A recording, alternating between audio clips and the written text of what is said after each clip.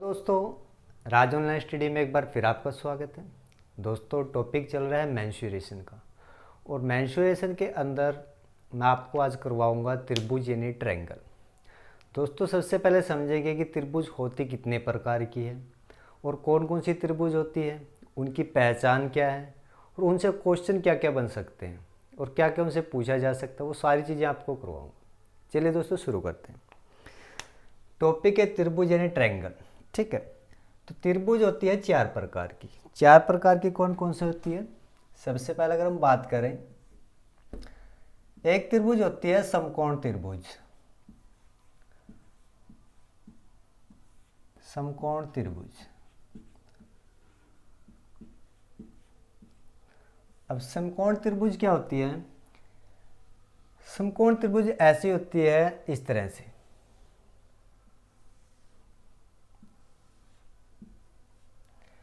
यानी जिसका एक कोण तो 90 डिग्री का हो, ठीक है, और बाकी जो दो कोण है वो न्यून हो, यानी एक कोण 90 डिग्री का हो और बाकी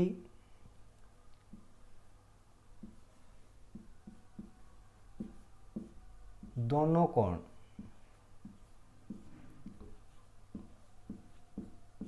न्यून हो। ठीक है, दूसरी है समद्विबाहु त्रिभुज।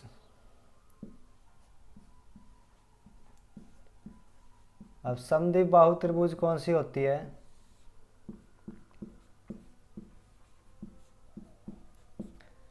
अब नाम से देखो, द्वि यानी दो, जिसकी दो भुजाएं समान हो, इस तरह से।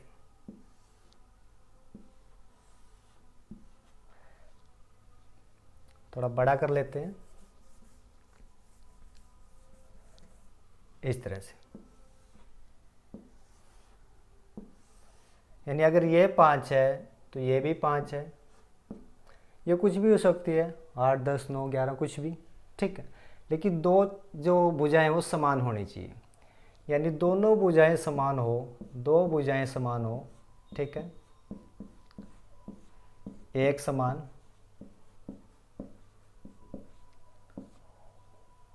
और दोनों ही कोण समान हो।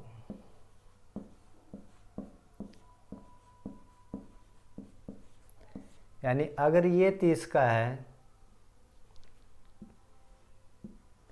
तो ये भी 30 का हो। ठीक है, कुछ भी हो, 60 का तो 60 का, इस तरह से।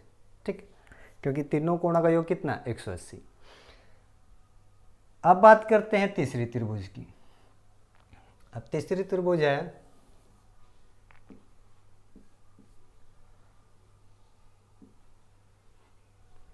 समकोण समद्विबाहु विषमबाहु।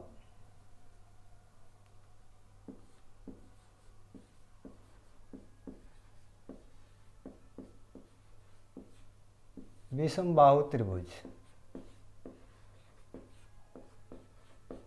विषमबाहु त्रिभुज क्या होती है? इस तरह से, जिसकी कोई भी भुजा एक समान ना हो। मान लीजिए ये 3 है, ये 10 है, ये 7 है, यानी कोई भुजा एक समान नहीं है। ठीक है, यानी तीनों ही भुजाएं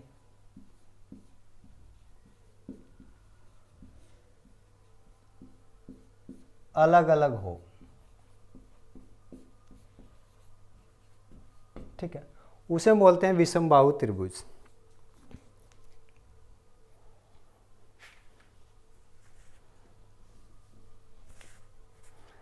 ठीक है,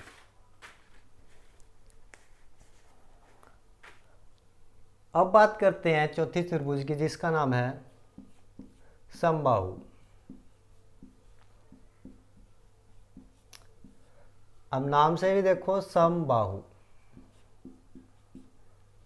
यानी तीनों ही कोण एक समान, यानी तीनों भुजाएं एक समान। अगर ये 5 है तो ये भी 5 है, ये भी 5 है। ठीक है, समबाहु, सम का मतलब सभी इक्वल, तीनों भुजाएं एक समान।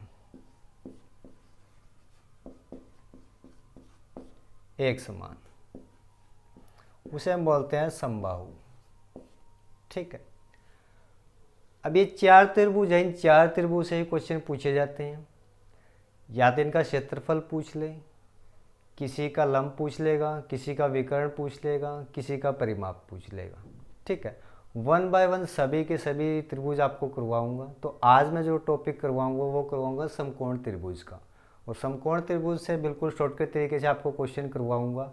कोई भी क्वेश्चन आ जाए समकोण त्रिभुज का, आपको कोई दिक्कत नहीं आएगी। ठीक है, चलिए शुरू करते हैं। तो समकोण त्रिभुज के क्वेश्चन करवाऊंगा सारे के सारे, 1 बाय 1 जितने भी त्रिभुज हैं सभी का शॉर्टकट तरीका बताऊंगा आपको, क्योंकि बच्चों को बहुत कन्फ्यूजन है कि मेंस्ट्रुएशन कैसे होता है।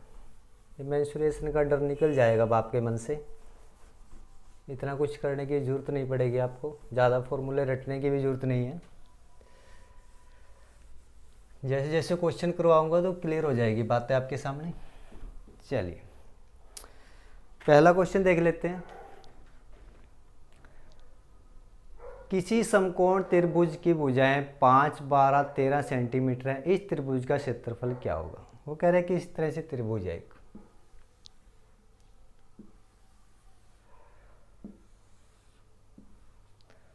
उसकी 3 भुजाएं हैं, एक है 5, एक 12 और एक 13। वो कह रहे हैं कि इनका क्षेत्रफल बता दीजिए। अब ध्यान से अगर आप देखो, अब ये 90 डिग्री का यहाँ पे लंब है, तो क्या ये ट्रिपलेट नहीं बन रहा है। मैंने बताया था 90 डिग्री का एक कोण हो और इस तरह से विकर्ण हो तो ट्रिपलेट यूज होता है वहाँ पे। अब ट्रिपलेट अगर आपको याद नहीं तो मैं एक बार दोबारा लिख रहा हूँ। मैं बार बार क्यों लिख रहा हूँ ये चीज़ें, ताकि आपको ट्रिपलेट रट जाए, क्योंकि मेंस्ट्रुएशन के अंदर सबसे ज़्यादा यूज ट्रिपलेट का है। 3, 4, 5, 5, 12, 13, 8, 15, 17, 9, 40, 41, 25, 7, 24। ठीक है, ये ट्रिपलेट है। अब इधर वाले मैंने आपको बार बार बताया है कि जो सबसे बड़ी भुजा है इनके अंदर वो सारे विकर्ण होते हैं, और बाकी एक लंब होता है, एक आधार होता है। ठीक है, लंब को क्वेश्चन के अंदर ऊंचाई भी दे देता है कई बार, और कभी लंब भी दे देता है। ठीक है, बात एक ही है। वो कह रहे इसका क्षेत्रफल बता दीजिए। क्षेत्रफल निकालने का जो तरीका है इसका समकोण त्रिभुज का, 1/2 गुणा में लंब गुणा में आधार।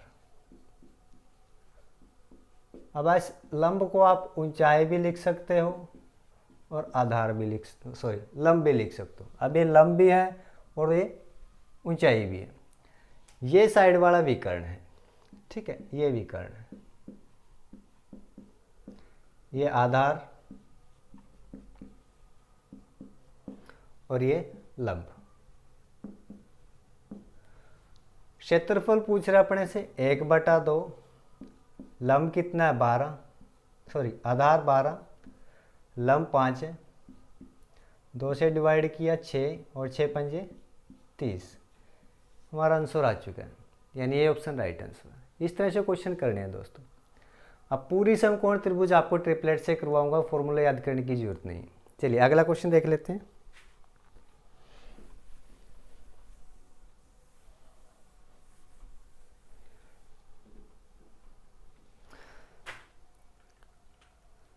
एक समकोण त्रिभुज का क्षेत्रफल 30 सेंटीमीटर वर्ग सेंटीमीटर है। इस पूरी का क्षेत्रफल दे दिया अपने को पहले से ही कि इसका जो क्षेत्रफल है वो 30 है। ठीक है, तथा कर्ण की लंबाई 13 है। इस कर्ण की लंबाई 13 है। ठीक है, सबसे छोटी भुजा की लंबाई बता दीजिए। अब हम ट्रिपलेट में यहाँ पे देखें तो 13 कहाँ पे, यहाँ पे है, तो इसका मतलब ये दो भुजाएं वो क्या रही होंगी, 5 और 12। ठीक है, सबसे छोटी भुजा की पूछ रहा है तो आंसर आ चुका है 5। वैसे तो आंसर आ चुका है, फिर भी अगर आपको चेक करना है कि भुजाएं ठीक है नहीं है, तो यहाँ पे देखो क्षेत्रफल 30 बता रहा है। अगर मैं इसका क्षेत्रफल निकालूं, क्या 30 आ रहा है। क्षेत्रफल का फॉर्मूला 1/2 गुणा में लंब गुणा में आधार। 2 से निकाला 6, 6 पंजे 30। 30 क्षेत्रफल आया, 30 क्षेत्रफल पहले से दे रखा है, ठीक है। ये सिर्फ आपको डिफाइन करने के लिए, पेपर के अंदर आपको शॉर्टकट तरीका यूज करना है। सबसे छोटी भुजा पूछी थी 5 है और आंसर हमारा आ चुका है, डी ऑप्शन राइट आंसर है। इस तरह से शॉर्टकट तरीके से करने हैं। चलिए आगे देखते हैं। ज़्यादा टाइम वेस्ट नहीं करना एग्जाम के अंदर, हमें सेकंडों के हिसाब से क्वेश्चन निकालने हैं। बड़े फॉर्मूले यूज़ करेंगे तो फिर फ़ायदा नहीं है। चलिए अगला क्वेश्चन देखते हैं। एक समकोण त्रिभुज का परिमाप 60 है। वो कह रहा है तीनों भुजाओं का जो योग है वो 60 है। परिमाप क्या होता है? सभी भुजाओं का योग। परिमाप कह रहा है वो 60 है, ठीक है। उसके बाद कह रहा है कि इसका विकर्ण 26 है, ये 26 है। तो त्रिभुज का क्षेत्रफल बता दीजिए। अब यहाँ पे देखो किसी भी ट्रिपलेट में 26 हमें नज़र नहीं आ रहा, लेकिन कोई एक ऐसी संख्या होगी जिसको 2 गुना या 3 गुना करने पे 26 बन रहा होगा। अब यहाँ पे देखो बात यहाँ पे विकर्ण की है, तो हमें सिर्फ विकर्ण ही चेक करें सबसे पहले। तो 5 को किसी से भी गुणा करने से 26 नहीं आ रहा, लेकिन 13 को गुणा करें तो 13 दूनी 26 होता है। इसका मतलब ये ट्रिपलेट यूज हो सकता है। तो इसका मतलब क्या है कि अगर ये ट्रिपलेट उसने यूज़ किया है 5, 12, 13, तो उसने 2 गुणा यूज किया है, यानी 13 दूनी 26 और 12 दूनी 24 और 5 दूनी 10, ठीक है।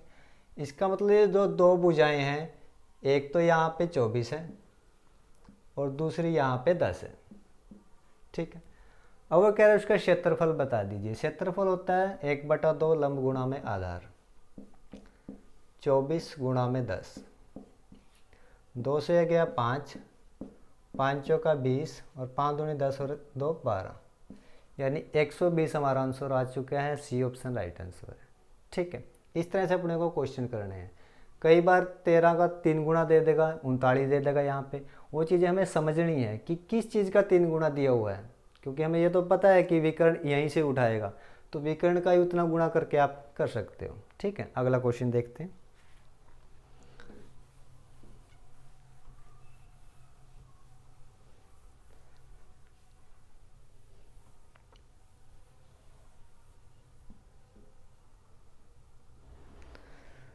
अगला क्वेश्चन है, किसी समकोण त्रिभुज का विकर्ण 39 है। यहाँ पे देखो विकर्ण 39 दे दिया, ठीक है। अन्य 2 भुजाओं का अंतर 21 है। हमें नहीं पता 2 भुजाएं कौन सी है, उनका अंतर 21 होना चाहिए।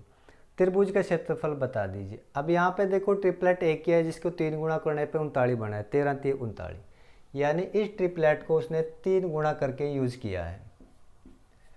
यहाँ पे 3 से गुणा किया 13 3 39, इसको 3 से गुणा किया 12 3 36, इसको 3 से गुणा किया 5 3 15,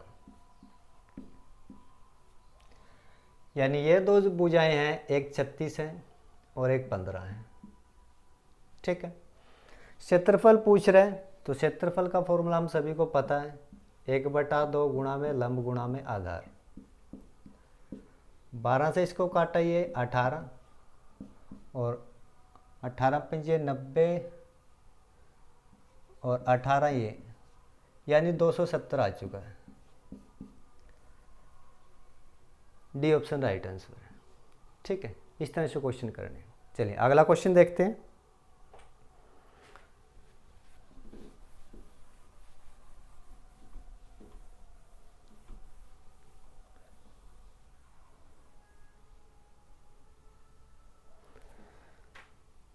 एक समकोण त्रिभुज की भुजाओं का माप लगातार आने वाली पूर्णांकों द्वारा दी जाती है, इसका क्षेत्रफल क्या है। अब यहाँ पे देखो बच्चे बोलेंगे कि इसके अंदर तो कोई संख्या दी नहीं है, ना कोई लंब दिया है, ना आधार दिया है, कुछ भी नहीं दिया है, तो इसको कैसे निकालें। ये क्वेश्चन एग्जाम के अंदर आया हुआ है दोस्तों, इसलिए आपके लिए लेके आया था मैं। इसके अंदर देखो ध्यान से अगर हम पढ़ेंगे, क्वेश्चन कुछ भी नहीं है लेकिन बच्चों को ये क्वेश्चन देखने के बाद बहुत समस्या खड़ी हो जाती है कि इसको करें कैसे। एक समकोण त्रिभुज की भुजाओं का माप उसने बोला लगातार आने वाली पूर्णांकों द्वारा दी जाती है। लगातार कौन सा ट्रिपलेट है जो लगातार आ रहा है, यानी लगातार काउंटिंग, यानी 1 2 3 4 5 इस तरह से।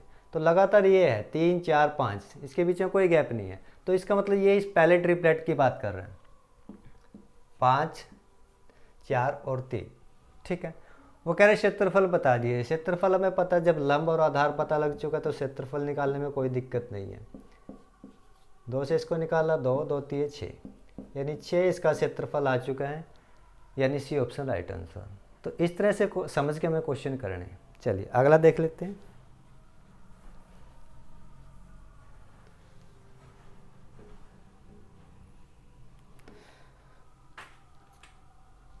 दो त्रिभुजों में क्षेत्रफलों का अनुपात 4:3 है और ऊंचाई का अनुपात 3:4 है। इसके आधारों का अनुपात क्या होगा? दो अनुपात अपने को दे दिए, एक क्षेत्रफल का अनुपात दे दिया, एक उसकी ऊंचाई का अनुपात दे दिया। आधार का अनुपात अपने से पूछ रहे हैं। वो कह रहे हैं कि इस तरह से क्षेत्रफल का फॉर्मूला हमें पता है क्या होता है, 1/2 गुणा में यहाँ पे ऊंचाई लिख रहा हूँ मैं, लंब की जगह बात एक ही है, गुणा में आधार। ठीक है, उसके बाद इसका भी अनुपात है, यानी दो क्षेत्रफलों का अनुपात है। इसको मैं नीचे लिख लेता हूँ इस तरह से ही, ताकि आपको चीज़ समझ में आए। यह ऊंचाई गुणा में आधार।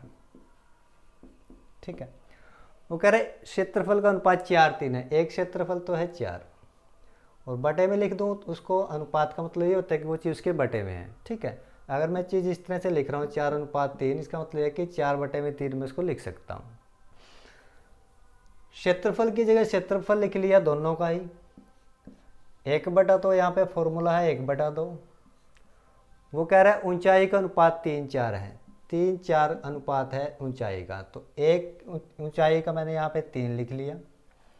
आधार का मैं पता नहीं है, आधार का अनुपात अपने से पूछ रहा है। 1/2 यहाँ पे फिर वही फॉर्मूला, ऊंचाई दूसरा अनुपात कितना है 4, 4 की जगह मैंने 4 रख लिया। आधार का आधार। अब यहाँ पे देखो कोई चीज़ कटती है तो काट लेते हैं। 1/2 से 1/2 गया, बचा ये वाला, इसको आर पार गुणा कर लेते हैं इस तरह से। 4 चौके 16 और 3 तिया 9, और इधर क्या बचा अपने पास, ऊपर भी आधार नीचे भी आधार, ये भी आधार बचा और ये भी आधार। और अपने से आधार का ही अनुपात वो पूछ रहा था। कोई चीज़ बटे में है तो उसका मतलब वो कि उसके अनुपात में है। तो हमारा जो आंसर आ चुका है 16:9, ये ऑप्शन राइट आंसर। ठीक है, अगला क्वेश्चन देखते हैं।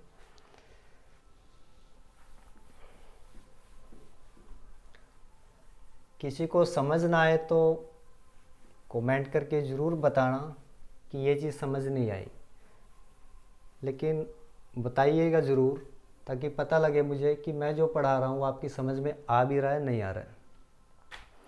चलिए अगला क्वेश्चन है, किसी समकोण त्रिभुज का क्षेत्रफल 216 वर्ग सेंटीमीटर है। क्षेत्रफल दे दिया अपने को 216। उसके बाद कह रहा है कि उसकी भुजाएं हैं 3, 4, 5 अनुपात में है, तो परिमाप बता दीजिए। भुजाएं हैं उसकी इस तरह से 3, 4 और 5, पर ये भुजाएं वो कह रहा है कि अनुपात में है। कोई चीज़ अनुपात में है तो वो प्रॉपर नहीं है, मतलब उसको हम x मान सकते हैं कि ये भी 3x है, ये भी 5x है और ये भी 4x है। क्षेत्रफल अपने को दिया हुआ है, परिमाप पूछ रहे हैं। क्षेत्रफल का फॉर्मूला हमें सभी को पता है कि क्षेत्रफल निकालने के हम यूज करते हैं 1/2 गुणा में लंब गुणा में आधार। ठीक है, क्षेत्रफल के नीचे जो दिया क्षेत्रफल लिख लो सबसे पहले। तो 216 दिया तो 216 ही लिख लो यहाँ पे। 1/2, आधार कितना है 4x, लंब कितना है 3x, यहाँ से इसको काटा यह बचा 2x। 216 2 3 6। अब यहाँ पे देखो दोनों की गुणा हुई है x की तो x की 2 बन चुका है। ये चीज़ समझने वाली है दोस्तों। यहाँ पे इसको काटा 6 से, 6 3 18 और 6 6 36। तो x की 2 का मतलब है कि ये स्क्वायर में जाएगी चीज़। अगर इसका मैं स्क्वायर निकालूँ तो 36 का स्क्वायर कितना हुआ 6 हुआ। ठीक है, यानी एक x की वैल्यू कितनी है 6। अब यहाँ पे अगर इन x की जगह मैं 6 रख दूँ तो हमें पता लग जाएगा प्रॉपर वैल्यू क्या है। इसको अगर मैं 6 से गुणा कर दूँ, इसको भी x की जगह 6 से गुणा कर दूँ, इसको भी 6 से गुणा कर दूँ, 5 छिका 30, 4 छिका 24, 6 तिये 18। वो पूछ रहा परिमाप बता दीजिए। परिमाप होता है तीनों भुजाओं का योग। तो तीनों भुजाओं का योग क्या हुआ? 23, 24 और 18। 8 और 4 12, 5 और 6 और 1 7, यानी 72 हमारा आंसर आ चुका है, यानी डी ऑप्शन राइट आंसर है। ठीक है, अगला क्वेश्चन देख लेते हैं।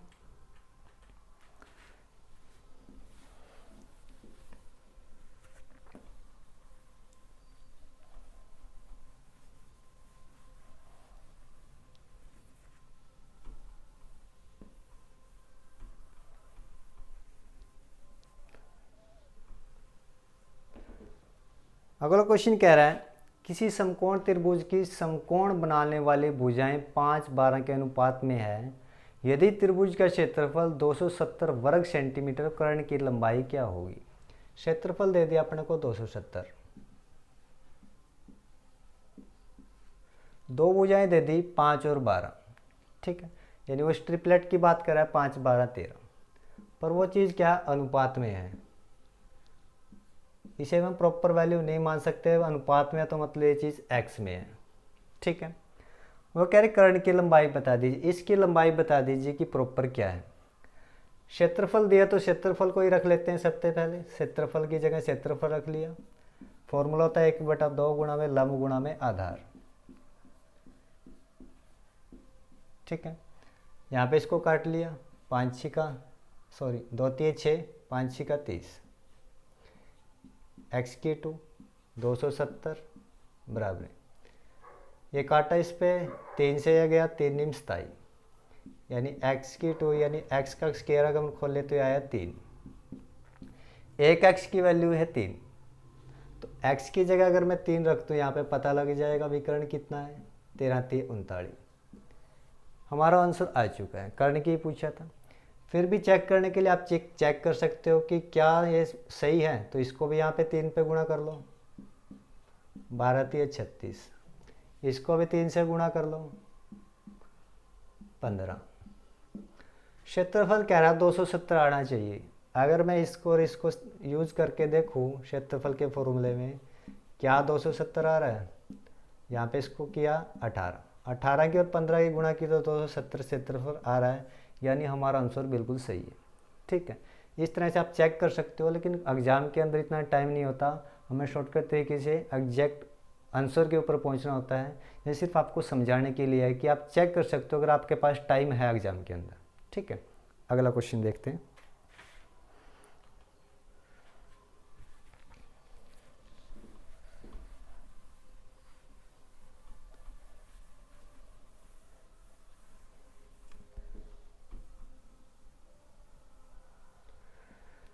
वो कह रहे एक त्रिभुजाकार खेत की 3 भुजाओं की लंबाई 15 20 और 25 है।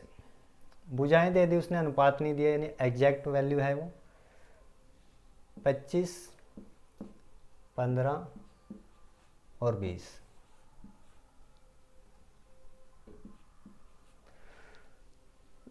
तदनुसार उसमें 5 रुपये प्रति वर्ग मीटर की दर से बीज बोने की लागत की गणना क्या होगी? कोई जगह है, इस तरह से जगह है, त्रिभुजा आकार जगह है। ठीक है, उसने बता दिया कि वो जगह इधर से 15 है, इधर से 25 है और यहाँ से 20 है। वो बीज का जो पोर्शन बना उसका जो क्षेत्रफल है, उस क्षेत्रफल में वो बीज लगाना चाहता है 5 रुपये प्रति वर्ग मीटर के हिसाब से। तो कितने की लागत आएगी वो अपने से पूछ रहे कि कितने पैसे लगेंगे उसके। ठीक है, कोई भी क्वेश्चन इस तरह का आए तो समझ लेना सबसे पहले मुझको क्षेत्रफल पता होना चाहिए। क्षेत्रफल पता होगा तभी हम निकाल पाएंगे कि उसका कितनी लागत आएगी। तो क्षेत्रफल निकालने के लिए हम क्या यूज़ करते हैं? 1/2 गुणा में लंब गुणा में आधार, 20 गुणा में 15। 2 से इसको काटा या 10, यह आया 150, यानी इसका जो क्षेत्रफल है अंदर का वो 150 है। ठीक है, जब क्षेत्रफल पता लग चुका है तो जितने भी पैसे की चीज़ है उसको क्षेत्रफल से गुणा कर दो। वो बोले इसके अंदर टाइलें लगानी है कितने वर्ग मीटर की, जिस पे खर्चा आ रहा है कितना, 10 रुपये 20 रुपये 50 रुपये, कितना भी खर्चा है उसको इससे गुणा कर दो। वो बोल रहा है 5 रुपये प्रति वर्ग मीटर की दर से बीज बोने की लागत है, उसकी गणना कीजिए कितना लगेगा। तो यहाँ पे इसको गुणा कर दो क्षेत्रफल को, जितनी भी यहाँ पे एक की कॉस्ट दी है, 5 दी है तो 5 से गुणा कर दो, 15 पंजे 75, 750 रुपये उसके लगेंगे। ठीक है, यानी बी ऑप्शन राइट आंसर है। तो ये समकोण त्रिभुज के क्वेश्चन थे दोस्तों, ट्रिपलेट से बहुत आसानी से निकाले जा सकते हैं। इतना बड़ा हुआ नहीं है जिसे हम बोलते हैं कि मेंस्ट्रुएशन बहुत बड़ी चीज़ है। समझ के करो कि हर चीज़ आसान है। ठीक है, वीडियो अच्छी लगे तो लाइक ज़रूर कीजिएगा, और नेक्स्ट वीडियो में फिर मिलते हैं। और अगले त्रिभुज के लिए मैं नई वीडियो आपके लिए बना के लेके आऊँगा। ठीक है, और वीडियो देखने के लिए और ये चीज़ समझने के लिए बहुत ज़रूरी है कि आप इस टॉपिक पे फोकस भी करो, क्योंकि ये चीज़ें अगर आप शॉर्टकट तरीके से सीखते हो तो एग्ज़ाम के अंदर आपका टाइम बचेगा, और टाइम बचेगा तो एग्ज़ाम क्रैक करने के चांसेस ज़्यादा बढ़ेंगे। तो ठीक है दोस्तों, मिलते हैं नेक्स्ट वीडियो में।